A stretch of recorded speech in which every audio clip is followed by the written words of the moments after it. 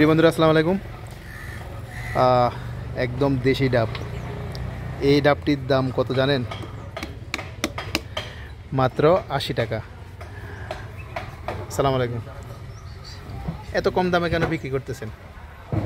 কিনা কম, ব্যবসা কম করে কিনা কম, আমরা তো বেশি ব্যবসা করতেছি। আর এই ডাবটি যদি ঢাকায় বিক্রি করা হয় তাহলে এটির দাম কত? এটি তারা তো মনে করেন কিনা তো কম, এরা বেশি ব্যবসা করে, এই কারণে 150-200 টাকা আছে আর কি। ওরা বেশি রাখে, 80 টাকায় তো কিনি। আচ্ছা, এটা তো স্থানীয় ডাব, এগুলা এখানে আশেপাশের, মূলত এই জন্য আপনার কেনা কম পড়েছে, এই জন্য আপনি বিক্রিও কম করতেছি, কম দামে করতেছেন, লাভও কম করতেছেন। ওকে, ধন্যবাদ। আপনি কাজ শুরু করুন। আচ্ছা,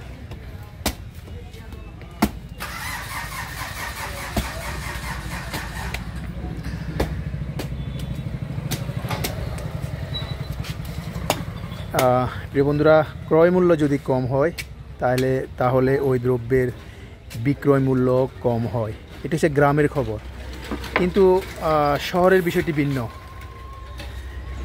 আমি মাত্র 80 টাকা দিয়ে গ্রাম থেকে, নোয়াখালীর হাতিয়া থেকে একটি ডাব কিনলাম মাত্র 80 টাকা দিয়ে। এই দোকানদার ভাইয়ের সহজ সরল স্বীকারোক্তি, স্থানীয় উৎপাদিত এই ডাব ক্রয় মূল্য কম পড়েছে, কেনা কম পড়েছে, সো বিক্রয়ও কম পড়েছে। আপনাকে অসংখ্য ধন্যবাদ। ওকে, আপনি যেতে পারেন।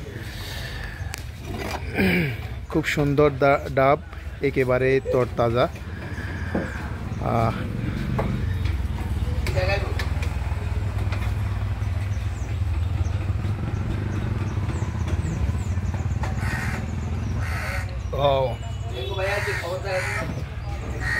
প্রাণ জুড়িয়ে যাওয়ার মতো অবস্থা। আমার কাছে মনে হচ্ছে যে এটি কিছুক্ষণ আগেই গাছ থেকে কেটে এনে এখানে বিক্রি করা হচ্ছে। ঢাকা শহরে আমি সাধারণত এখন আর ডাব কিনে খাই না, খুব রেয়ার, হয়তো 6 মাসে একটি ডাব কিনে খাই। আজকে হাতিয়ার এই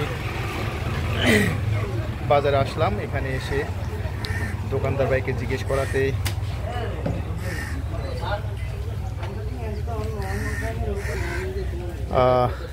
আমার দাম মনোপুত হলো। মাত্র 80 টাকা দাম। যে নারিকেলের ডাবটি ঢাকাতে বিক্রি হয় 100 টাকা, 150 টাকা প্লাস, সেটি 80 টাকা দামে আমি কিনলাম। প্রিয় বন্ধুরা, আজকের এই ভিডিওর মেসেজ হচ্ছে স্থানীয় উৎপাদন বাড়াতে হবে, দেশজ উৎপাদন বাড়াতে হবে। আপনি যদি দেশজ উৎপাদন বাড়ান তাহলে জিনিসপত্রের দাম অবশ্যই কমতে বাধ্য। কাঁচা মরিচের দাম 1000 টাকা কেন? এটি একটি অবান্তর প্রশ্ন। আমরা অতি সহজে কাঁচা মরিচের দাম কমিয়ে আনতে পারি, সেই সাথে আমরা এটিকে বয়কটও করতে পারি।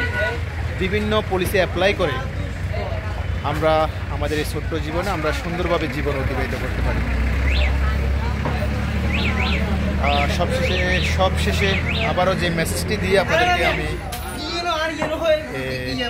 আজকে বিদায় নিব, সেটি হচ্ছে দেশজ উৎপাদন বাড়াতে হবে, তাহলে জিনিসপত্রের দাম অবশ্যই কমতে বাধ্য।